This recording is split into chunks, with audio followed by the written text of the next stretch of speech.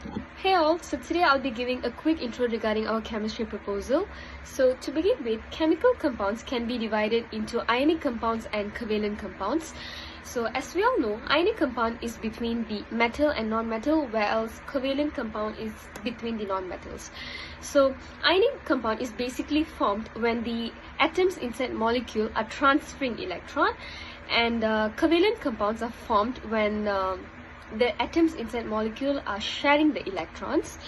So scientifically, ionic compounds has high melting point and it conducts electricity when it's dissolved in the water.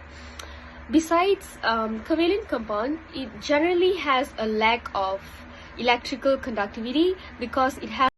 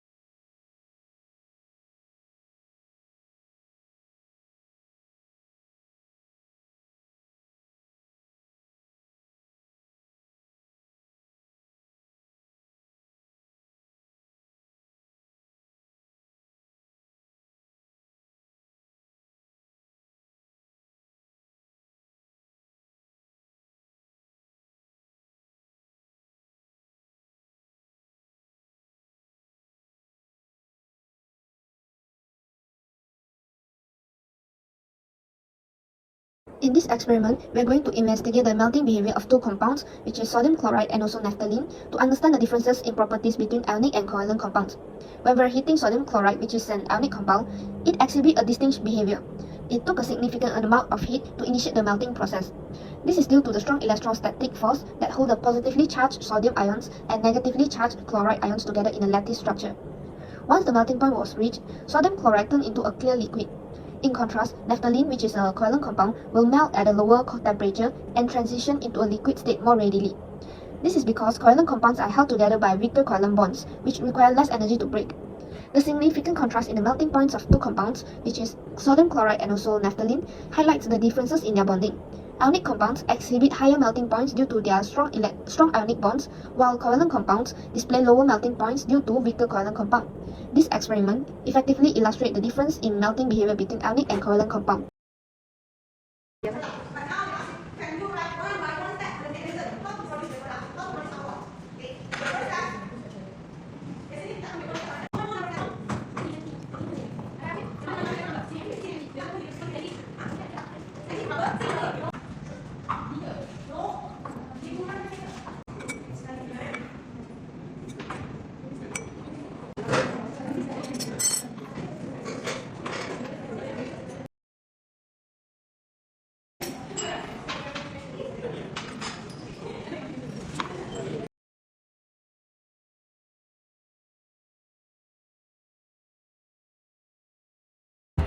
In this experiment, we're going to explore the solubility of ion compounds and also covalent compounds by using sodium chloride and also naphthalene.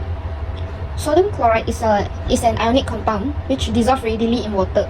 This is because the ions in the crystal lattice of sodium chloride are attracted to the polar water molecules, causing the compound to dissociate into its constituent ions, sodium ion and also chloride ion. In contrast, naphthalene is a covalent compound. It shows limited solubility in water. This is because covalent compounds do not readily dissociate into ions in aqueous solution. The relatively low polarity of naphthalene molecules and weak intermolecular force between them make it less soluble in water.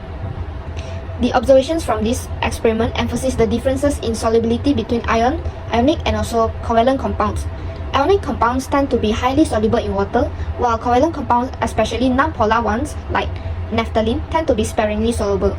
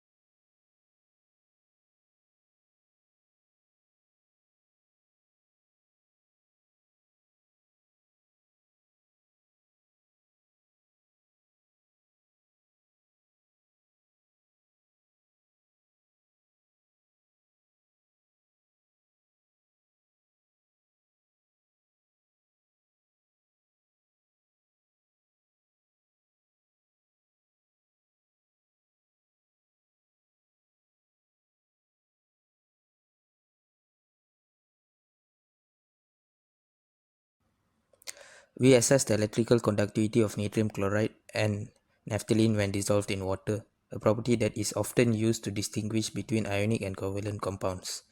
The setup involving the graphite electrode and the bulb revealed a clear contrast in behavior.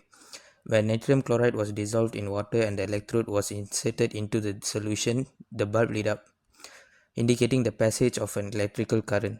This is because of the dissolved natrium chloride dissociated into its ionic form, allowing ions to carry electrical charge and thus facilitating electrical conductivity. On the other hand, when naphthalene was dissolved in water and the same setup was used, the bulb did not lit up. This is consistent with the behavior of covalent compounds, which do not readily produce free ions when dissolved, thus resulting in poor electrical conductivity. The outcome of this experiment reaffirms the ionic compounds readily conducts electricity in aqueous solutions, while covalent compounds typically do not. This stark difference in between electrical conductivity is crucial for distinguishing between these two types of compounds. Okay, now to conclude all three experiments that we have carried out previously, we can now differentiate ionic compounds and covalent compounds in terms of their melting and boiling points, solubility, as well as their ability to conduct electricity. Now to start off with, we're going to talk about ionic compounds. From the data we have collected from the experiments that we carried out, we can tell that ionic compounds have higher melting and boiling points, and they are soluble in water but insoluble in organic solvent, and they can conduct electricity in molten state.